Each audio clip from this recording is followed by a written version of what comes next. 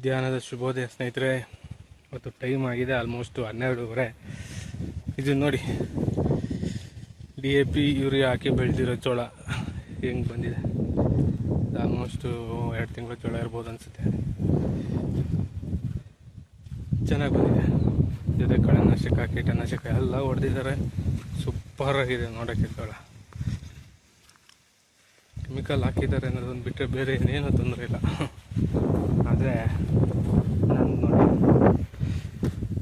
1 ತಿಂಗಳಾಯಿತು, ಹಳ್ಳು ಇಷ್ಟೇ ಬಂದಿರೋದು. 4 ಎಲೆ ಆಗಿದೆ ಹಳ್ಳು ಅಷ್ಟೇ.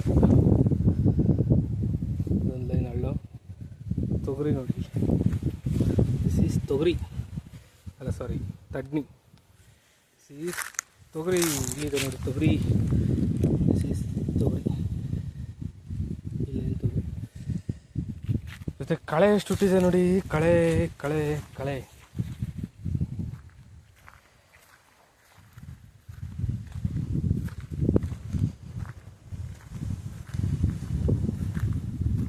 ತುಂಬ ಕಳೆ ಹುಟ್ಟಿದೆ. ತೊಗರಿ ಮಾತ್ರ ಚೆನ್ನಾಗಿ ಕಾಣ್ತಾ ಇದೆ ಲೈನಲ್ಲಿ. ಚಟಪಟ ಲೈನು. ಓಕೆ. ಜೋಳ ಮಾತ್ರ ನಂದು ಏನು ಹುಟ್ಟಿದೆ ಚೆನ್ನಾಗಿ ಹುಟ್ಟಿದೆ ಮಾತ್ರ, ಏನು ಫೇಲ್ ಆಗಿಲ್ಲ. ಹಾಕಿದ ಜೋಳ ಬೀಜ ಚೆನ್ನಾಗಿದೆ. ಬಟ್ ಗೊಬ್ಬರ ಹಾಕಿಲ್ಲದೆ ಇರೋ ಕಾರಣ ಇನ್ನು ಮೇಲ್ಗಡೆ ಎದ್ದಿಲ್ಲ ಜೋಳ. ನೋಡಿ ಇಲ್ಲಿಂದ ಜೋಳ ಇರೋದು. ಆಲ್ಮೋಸ್ಟು 20 ದಿವಸ ಆಗೈತೆ ಜೋಳ ಹಾಕಿ.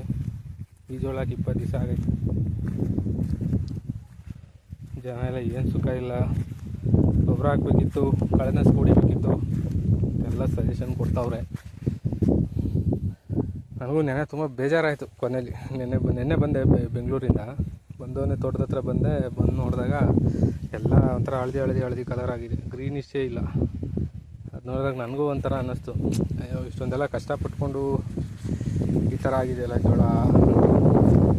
ನ್ಯಾನೋ DAP ಅಂತ ಬಂದೈತೆ 500 ml ಬಾಟ್ಲು. ಅದಿತ್ತು. ಅದು ನ್ಯಾನೋ DAP, ನ್ಯಾನೋ ಯೂರಿಯಾ ಎಲ್ಲ ಇತ್ತು. 300 ರೂಪಾಯಿನೂ ಹೇಳಿದರು. ಯೂರಿಯಾಗೂ DAPಗೂ 300 ರೂಪಾಯಿ ಒಂದು ಬಾಟ್ಲು ಅಂದರು. ಹಾಕೊಂಡು ಹೊಡಿಬೋದಿತ್ತು. ನನಗೆ ಅದಕ್ಕೆ ಮನಸ್ಸಿಲ್ಲ.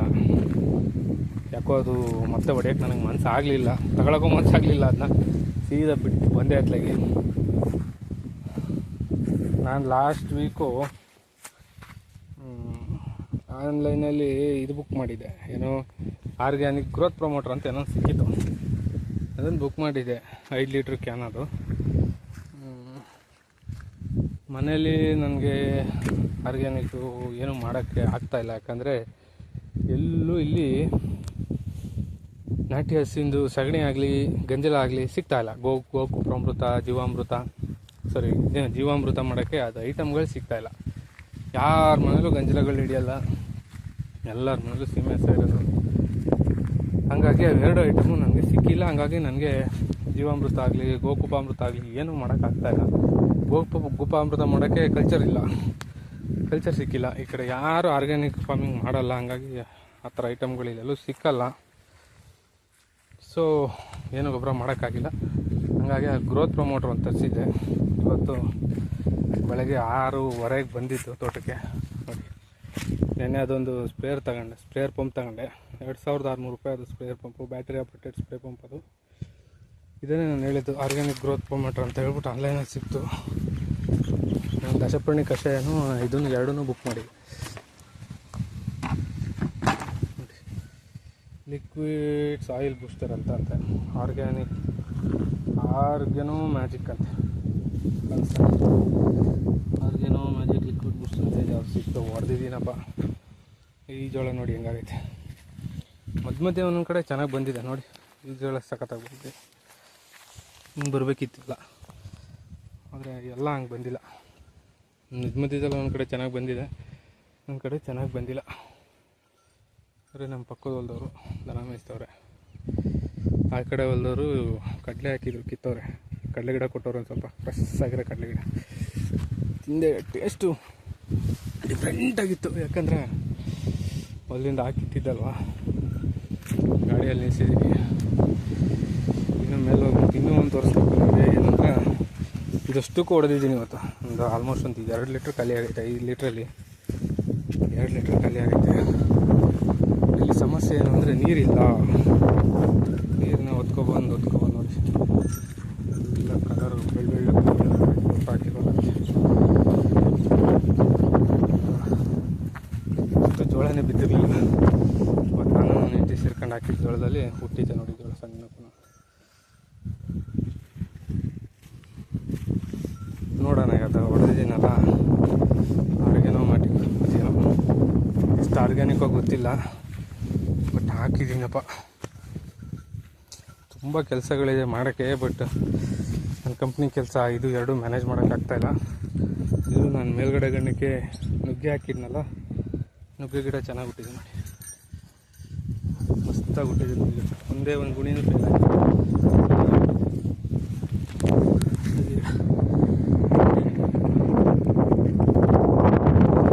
ಮೇಲೆ ಬಂದಮೇಲೆ ಚೆನ್ನಾಗಿ ಕಾಣಿಸ್ತಿದೆ. ನುಗ್ಗೆನೂ ಹುಟ್ಟಿದೆ, ಅಕ್ಸೆನೂ ಹುಟ್ಟಿದೆ, ಗ್ಲಿಸಿಡಿಯಾನೂ ಹುಟ್ಟಿದೆ. ನನಗೇನೋ ಡೌಟು ಗ್ಲಿಸಿಡಿಯಾ ಬೀಜನ ಅದು ಅಂತ ನೋಡುವ. ನೋಡಿ ಇದು ಹುಟ್ಟಿದೆ, ಇದೇನು ಗ್ಲಿಸಿಡಿಯಾ ಅಕ್ಸೆನ ನೋಡಿದೆ. ಅಕ್ಸೆ ನುಗ್ಗೆ, ಅಕ್ಸೆ, ಗ್ಲಿಸಿಡಿಯಾ ಹಂಗೆ ಹಾಕಿದೆ.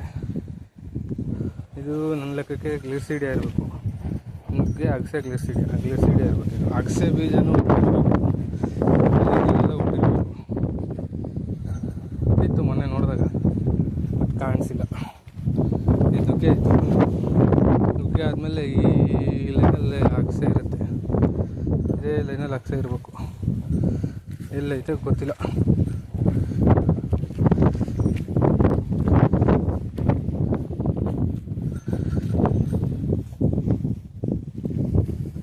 ಅಕ್ಸೆನೇ ಕಾಣ್ತಾಯಿಲ್ಲ.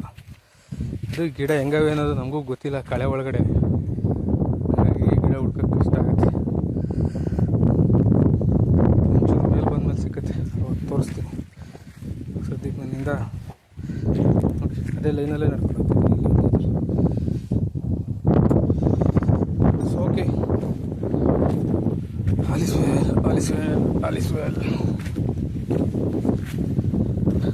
ಆಲ್ಮೋಸ್ಟ್ 1 ಗಂಟೆ ಆಗಿದೆ. ಜೊತೆಗೆ ತೋಟದ ಕೆಲಸ ಮುಗಿಸ್ಬಿಟ್ಟು ಒಂದು ಅರ್ಧ ದಿನ ಕೆಲಸ ಮಾಡ್ತೀನಿ. ನೀರು ಹೊತ್ಕೊಂಬರೋದೇ ಭಾರಿ ಸುಸ್ತಾಗೋಯ್ತು. 20 ಲೀಟ್ರ್ 2 ಕ್ಯಾನ್ ಹೊತ್ಕೊಂಬರೋ ಅಷ್ಟರಲ್ಲಿ ಅದು ಗಾಡೀಲಿ ರೋಡೆಲ್ಲ ಕೆಸರು, ಎಳೆದಾಟ ಅಂದರೆ ಎಳೆದಾಟ ಗಾಡೀಲಿ. ಭಯಂಕರ ಹಿಂಸೆ ಅಂದರೆ ಭಯಂಕರ ಹಿಂಸೆ ಆಯಿತು. ಸಖತ್ ಸುಸ್ತು, ಟಯರ್ಡು, ಬ್ಯಾಕ್ ಪೇನು ಎಲ್ಲ ಆಗೋಯ್ತು. ನೋಡುವ, ಇದೊಂದು ಕಲ್ಲಿದೆ ಮಧ್ಯದಲ್ಲಿ, ಇದಕ್ಕೇನಾದರೂ ಒಂದು ವ್ಯವಸ್ಥೆ ಮಾಡಬೇಕು. ವ್ಯವಸ್ಥೆ ಅಂದರೆ ತೆಗ್ದು ಹಾಕ್ಸೋದಲ್ಲ, ಇಲ್ಲೇನಾದರೂ ಮಾಡಬೇಕು. ನನ್ನ ಲೆಕ್ಕಕ್ಕೆ ಇಲ್ಲೊಂದು ಪುಟಾಣಿ ದೇವಸ್ಥಾನ ಮಾಡೋಮ ಅಂತ ಮನಸ್ಸು ನನಗೆ. ಚೆನ್ನಾಗಿರುತ್ತಲ್ವ ದೇವಸ್ಥಾನ ಮಾಡಿ, ಇಲ್ಲ ಒಂದು ಯೋಗ ಮಂಟಪ ಥರ ಮಾಡಿ ಏನಾದರೂ ಮಾಡಬೇಕು. ಅದಕ್ಕೆಲ್ಲ ದುಡ್ಡು ಬೇಕು. ನೀವುಗಳೇ ಸಪೋರ್ಟ್ ಮಾಡಲ್ಲ, ವಿಡಿಯೋನ ಲೈಕ್ ಮಾಡಲ್ಲ, ಶೇರು ಮಾಡಲ್ಲ. 20-30 ವೀಡಿಯೋ ಹಾಕಿದ್ದೀನಿ, ಡೈಲಿ ಬರೀ 10-20 ವ್ಯೂಸ್ ಬರುತ್ತೆ. ನೀವು ಸಪೋರ್ಟ್ ಮಾಡಿ, ವಿಡಿಯೋ ಲೈಕ್ ಮಾಡಿ, ಶೇರ್ ಮಾಡಿ, ಚಾನಲ್ ಗ್ರೋ ಆಗಿ ಒಳ್ಳೆ ಚೆನ್ನಾಗಿ ರನ್ ಆಗೋ ಥರ ಮಾಡಿ, ಬೇಗ ಮಾನಿಟೈಸ್ ಆಗಲಿ ವಿಡಿಯೋ ಚಾನಲು, ಸ್ವಲ್ಪ ದುಡ್ಡು ಬರೋಂಗಾಗಲಿ ಯೂಟ್ಯೂಬಿಂದ. ದಯವಿಟ್ಟು ಸಪೋರ್ಟ್ ಮಾಡಿ ಚಾನಲ್ನ, ದಯವಿಟ್ಟು ಸಪೋರ್ಟ್ ಮಾಡಿ. ಯೂಟ್ಯೂಬಿಂದ ದುಡ್ಡು ಬರೋಂಗಾದರೆ ನನಗೆ ಹೊಸ ಫಾರ್ಮ್ ಲೈಫಿಗೆ ತುಂಬ ಹೆಲ್ಪ್ ಆಗುತ್ತೆ. ಅದರಿಂದ ದಯವಿಟ್ಟು ಸಪೋರ್ಟ್ ಮಾಡಿ, ಚಾನಲ್ನ ಲೈಕ್ ಮಾಡಿ, ವಿಡಿಯೋನ ಶೇರ್ ಮಾಡಿ. ಧನ್ಯವಾದಗಳು. Take care. Bye bye. ಇವತ್ತಿನ ನನ್ನ ಫಾರ್ಮಿಂಗ್ ಅಪ್ಡೇಟ್ ಇಲ್ಲಿಗೆ ಮುಗೀತು. ಬಾಯ್ ಬಾಯ್.